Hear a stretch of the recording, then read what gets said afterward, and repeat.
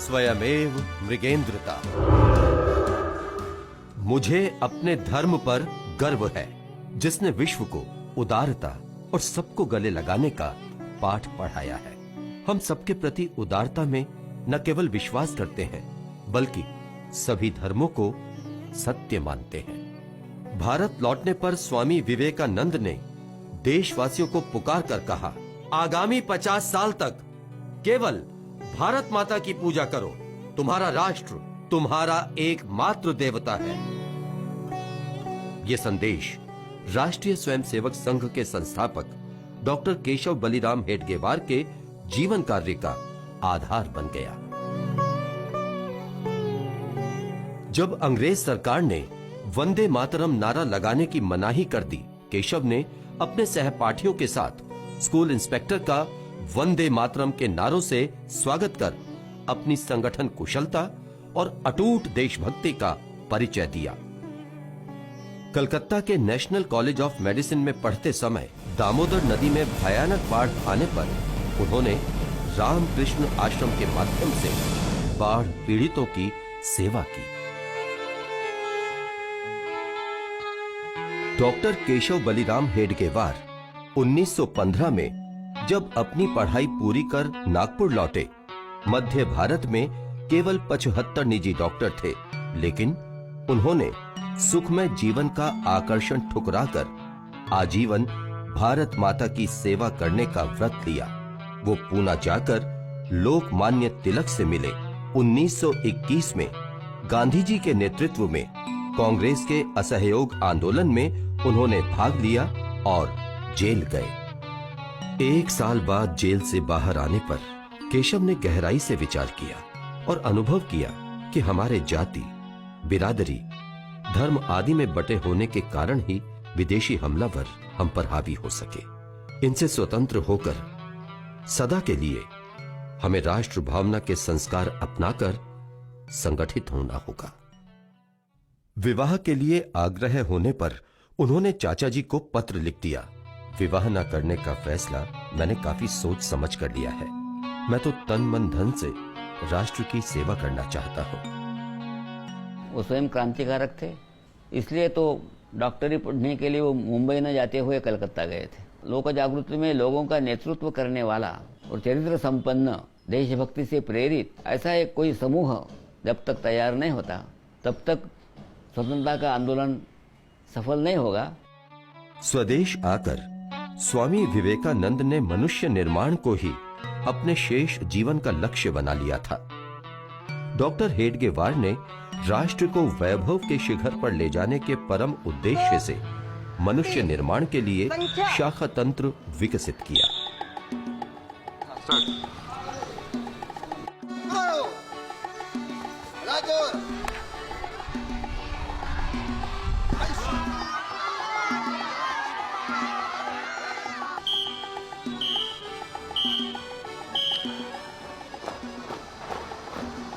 शिवाजी का नाम किस किसने सुना आपने यहाँ से?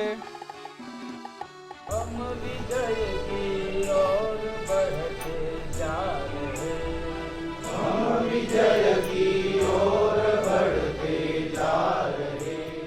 राष्ट्र निर्माण हेतु व्यक्ति निर्माण, उसको हम मानव निर्माण कहते हैं। और इस प्रकार विशेष करके आज के वातावरण में जब पुरानी शिक्षा पद्धति जो अंग्रेजों ने लागू की, जिसके कारण भारत में अराष्ट्रीयकरण हुआ, स्वार्थी जन का उदय हुआ, उस स्थान पर एक वैकल्पिक राष्ट्रीय राष्ट्रनिष्ठ एक शैक्षिक व्यवस्था चाहिए। उस व्यवस्था का नाम है संघ में बौद्धिक विभाग। इसके द्वारा राष्ट्र निर्माण के लिए योग्य व्यक्ति हम बना सकते हैं, उसको हम कहते हैं व्यक्ति निर्माण।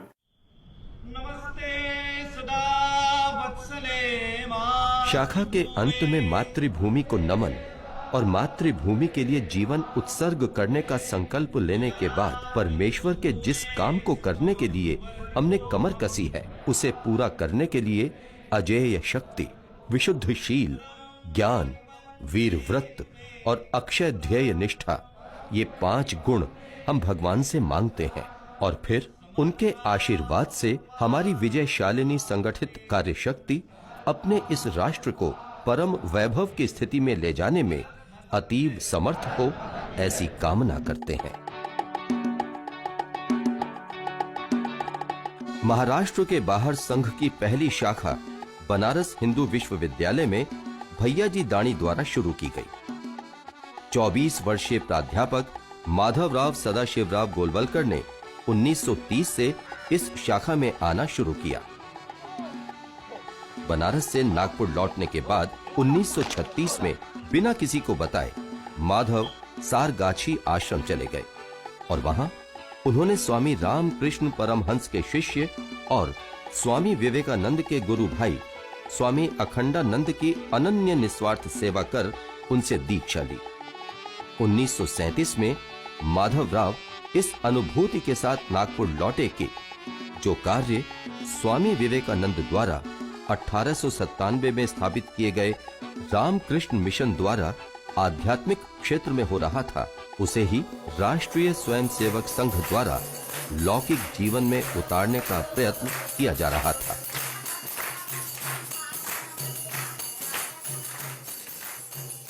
वर्धा की एक महिला लक्ष्मीबाई केलकर एक एकत्रीकरण के बाद डॉक्टर जी से मिली। आप युवा बच्चों को जो शिक्षा देते हैं वही लड़कियों और महिलाओं को क्यों नहीं देते? डॉक्टर जी ने कहा, अभी हमने ये काम पुरुषों तक सीमित रखा है। आप ये काम महिलाओं में करने को तैयार हो तो आपा जी जोशी आपकी मदद करेंगे। और फिर 25 अक्टूबर 1936 विजयादशमी के दिन राष्ट्र सेविका समिति की स्थापना हुई। राष्ट्र सेविका समिति अपना शाखाओं में शारीरिक, मानसिक और बौद्धिक प्रशिक्षण के माध्यम से उनमें आत्मविश्वास और देशभक्ति जागृत करते हैं। शारीरिक शिक्षण में दंड, योगासन, इसके माध्यम से उनका स्वसंरक्षण क्षमता बढ़ाता है और बौद्धिक प्रशिक्षण के माध्यम से अच्छे गुणों का निर्माण तथा देशभक्ति का निर्माण होता है। डॉक्टर जी ने कहा था, ये देश धर्मशाला तो नहीं है कि कोई भी आए और बिस्तर बिछाकर आसन जमा ले। जिनका इतिहास, परंपरा, धर्म, संस्कृति, विचारधारा तथा हित संबंध एक होते हैं, वे ही राष्ट्र कहलाते हैं। डॉक्टर जी द्वारा 1936 में दिल्ली भेजे गए 25 साल के वसंत राव ओक हिंदू महासभा भवन में रुके। पड़ोस में आसपास के युवक इकट्ठा होकर खेला करते थे। वसंत उनमें शामिल हो गए। जल्दी ही वहां संघ की शाखा लगने लगी।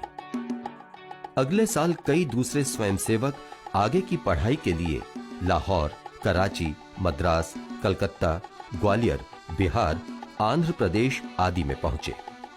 राष्ट्र कार्य के लिए सुखमय जीवन का मोह त्याग कर नई नई जगहों पर पहुंचने वाले ये अच्छे पढ़े लिखे स्वयंसेवक प्रचारक कहलाए, जिनका काम था नई शाखाएं खोलना, पहले से चलती शाखाओं को मजबूत करना, नए लोगों को शाखा पर लाना और उनमें राष्ट्रभक्ति की भावना भरना। राष्ट्रीय स्वयंसेवक संघ के सभी सरसंघ चालक उच्च शिक्षा प्राप्त रहे हैं। डॉक्टर केशव बलिराम हेडगेवार चिकित्सक थे। माधवराव सदाशिवराव गोलवलकर प्राणी शास्त्र में MSc, मधुकर दत्तात्रेय उर्फ Bala Saheb Deoras BA LLB, professor Rajendra Singh उर्फ रज्जू भैया इलाहाबाद विश्वविद्यालय में भौतिकी विभाग के अध्यक्ष हुआ करते थे। कुपहल्ली सीतारमैया सुदर्शन दूरसंचार में BE ऑनर्स थे और वर्तमान सरसंघ चालक मोहन राव भागवत पशु चिकित्सक हैं। 9 जून 1940 1500 स्वयंसेवकों के शिविर के विदाई समारोह में अपने जीवन के अंतिम भाषण में डॉक्टर हेडगेवार ने कहा, केवल संघ का कार्यक्रम ठीक ढंग से करने या प्रतिदिन नियमित रूप से संघ स्थान पर उपस्थित रहने से ही संघ का कार्य पूरा नहीं हो सकता। हमें तो आसेतु हिमालय पर्यंत फैले हुए इस विराट हिंदू समाज को संगठित करना है।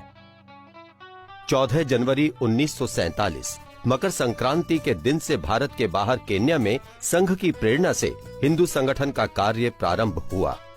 1990 में लंदन में हिंदू स्वयंसेवक संघ की पिंचले प्रताप शाखा के मकर संक्रांति उत्सव में यूनाइटेड किंगडम की तत्कालीन प्रधानमंत्री मार्गरेट थैचर पधारी। संघ ने विभाजन का कड़ा विरोध किया, परंतु स्वतंत्रता मिली खंडित मातृभूमि के साथ। सन 1947 का दिन याद आता है, जब हिंदुस्तान के दो टुकड़े हुए, एक पाकिस्तान एक हिंदुस्तान। सभी हिंदुओं को वहाँ से घर छोड़ना पड़ा क्योंकि दो इलाके अलग अलग बन गए थे। हम भी वहाँ डिस्ट्रिक्ट लैलपुर के रहने वाला हूँ मैं। वहाँ से घर छोड़ा और काफले के साथ मिल करके डिस्ट्रिक्ट लैलपुर जहाँ के कैंप लगा हुआ था, रेफ्यूजीज कैंप, वहाँ पहुँचे। लेकिन वहाँ एक घटना जो घटी हमारे साथ, वो हमारी बड़ी बहन की है। हमारे जीजा जी को मुसलमानों ने मार दिया था, जिसके कारण अकेली हो गई। उसकी उम्र उस समय 18 के करीब थी और एक बच्चा था, और वो भी कुछ दिनों का। उन्होंने वॉलंटियर थे RSS वाले, वही सेवा कर रहे थे, वही मदद कर रहे थे, वही रोटियां पहुंचा रहे थे, जैसे ही वातावरण देखते थे करते थे। राष्ट्र सेविका समिति की प्रमुख संचालिका लक्ष्मीबाई केलकर विमान से कराची पहुंची और वहां 14 और 15 अगस्त 1947 के बीच की रात में 1200 सेविकाओं की बैठक में उन्हें धीरज बंधाया और उनके भारत आने पर उनके अलग अलग परिवारों के साथ रहने और भोजन की पुख्ता व्यवस्था की। बंटवारे के बाद जम्मू कश्मीर के भारत विलय में अड़चन पैदा होने पर गृह मंत्री सरदार पटेल ने श्री गुरुजी को कश्मीर भेजा, जिन्होंने वहां जाकर महाराजा हरि सिंह को विलय के लिए राजी किया। गांधी जी 1 अप्रैल 1946 से 1 जून 1947 के बीच दिल्ली की हरिजन कॉलोनी में एक कुटिया में 214 दिन रहे। जिस मैदान में प्रतिदिन संघ की शाखा लगती थी, वहीं शाम को गांधी जी की प्रार्थना सभा होती थी।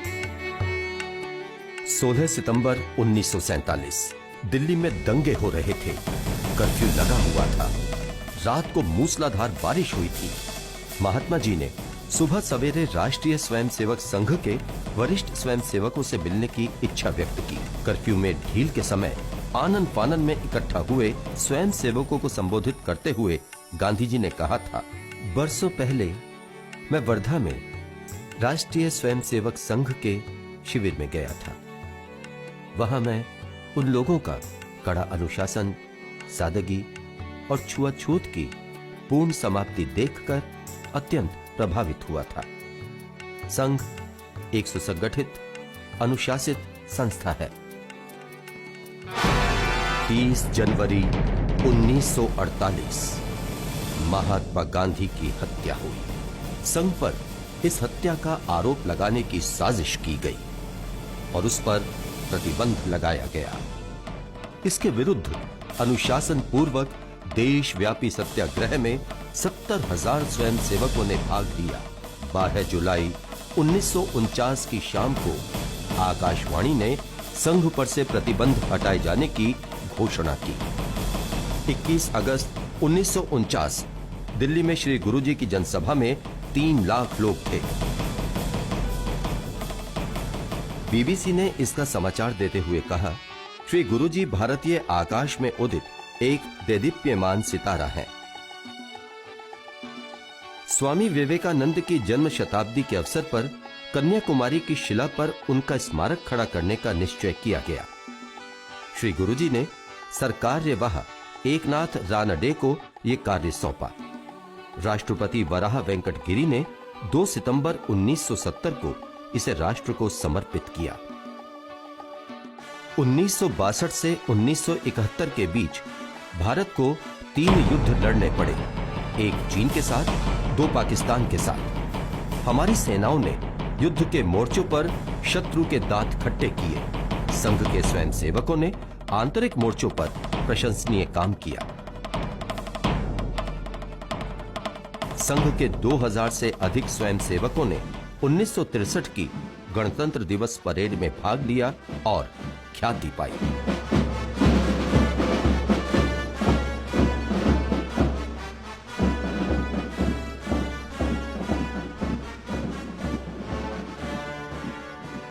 उन्नीस के भारत पाक युद्ध के समय प्रधानमंत्री लाल बहादुर शास्त्री द्वारा बुलाई गई एक आपात बैठक में एक नेता द्वारा आपकी सेना ऐसे शब्द कहने पर श्री गुरुजी ने उन्हें स्पष्ट शब्दों में खड़काया, सेना किसी अन्य देश की नहीं है, भारत की है, अपनी सेना कहें।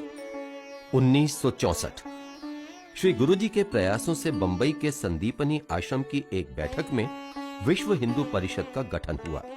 उडुपी में विश्व हिंदू परिषद के सम्मेलन में जनरल करियप्पा की गौरवमयी उपस्थिति में धर्माचार्यों ने एक मत से घोषणा की कि हमारे शास्त्रों के अनुसार छुआछूत अथवा किसी प्रकार की ऊंच नीच का कोई औचित्य नहीं है। सामाजिक समरसता का मतलब होता है समाज के अंदर जो जाति भेद अस्पृश्यता है, इसके ऊपर उठकर सभी ने एक दूसरे के साथ बंधु भाव से समानता का व्यवहार करना।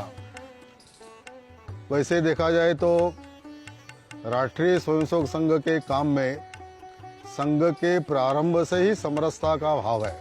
समरसता का काम जो है वो दो स्तर पर करना पड़ता है। एक तो सवर्ण बांधवों को यह समझाना पड़ता है कि ये सारे हमारे बंधु है, इनके साथ इस प्रकार का दुर्व्यवहार नहीं करना चाहिए। और दलित पिछड़ी जातियों को भी ये कहना पड़ता है कि हम सब एक ही समाज के हैं, एक दूसरे के साथ हमको मिल मिलकर रहना है। 1975 देश में आपात स्थिति की घोषणा कर हजारों विरोधियों को प्रधानमंत्री इंदिरा गांधी ने जेल में डाल दिया। राष्ट्रीय स्वयंसेवक संघ के तृतीय सर संघ चालक बाला साहेब देवरस गिरफ्तार कर लिए गए और 4 जुलाई को संघ पर प्रतिबंध लगा दिया गया। 4 दिसंबर 1976 के लंदन के प्रसिद्ध साप्ताहिक द इकोनॉमिस्ट में तानाशाही के विरुद्ध इस आंदोलन को दुनिया का अकेला गैर वाम क्रांतिकारी बल बताया गया। ये आंदोलन संघ के दसियों हजार कार्यकर्ताओं द्वारा चलाया जा रहा है। इंदिरा गांधी की तानाशाही के खिलाफ सर्वोदयी नेता जयप्रकाश नारायण के नेतृत्व में लोक संघर्ष समिति के नाम से अभूतपूर्व सत्याग्रह हुआ। संघ के स्वयंसेवकों के साथ साथ हजारों लोग जेल गए। 1977 इंदिरा गांधी की घोर पराजय, लोकतंत्र की बहाली के बाद संघ पर से प्रतिबंध हटा लिया गया। 90 में परम पूज्य डॉक्टर जी के जन्म शताब्दी संघ ने बनाया। पिछड़े हुए बंधुओं के संपर्क बढ़ाना, उनके जीवन में परिवर्तन लाना और समाज के मनोभाव में भी परिवर्तन लाना। और उस समय से संघ में सेवा भारती नाम से काम चल रहा है। देश में कहीं भी कभी भी कोई भी आपदा आने पर राष्ट्रीय स्वयंसेवक संघ के स्वयंसेवक सबसे पहले पहुंचते रहे हैं और जाति, धर्म, संप्रदाय आदि किसी भी प्रकार का भेद किए बिना सबकी सेवा उनका मूल धर्म रहा है। पूजनीय रज्जू भैया जब सरसंघ चालक बने उस समय उन्होंने इस विषय को रखा कि हम क्यों ना हम एक आदर्श विकसित रूप छोटे गांव का हम सबके सामने प्रस्तुत करें। गांव के लोग ही सोचे, गांव के लोग अपने प्रश्नों को समझें, अध्ययन करें, वहाँ की उपलब्ध साधनों का गणित लगाए और अपने ग्राम के विकास की दिशा में पहल करें। ये एक मूलभूत संघ के और ग्राम विकास के चिंतन में ये बात रही।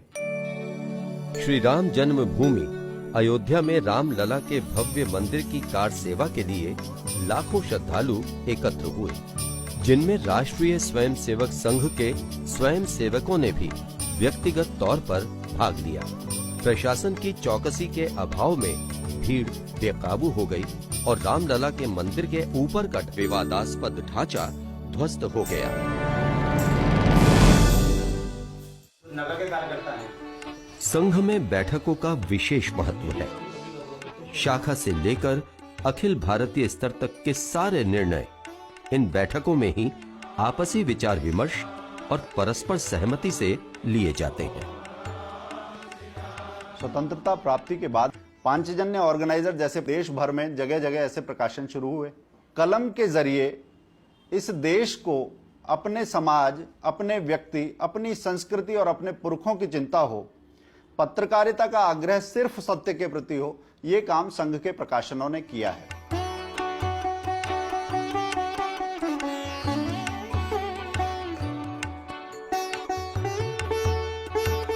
स्वामी विवेकानंद के विचारों से अनुप्राणित होकर उसको साकार करने का तरीका है राष्ट्रीय स्वयंसेवक संघ। स्वामी जी ने यही कहा है।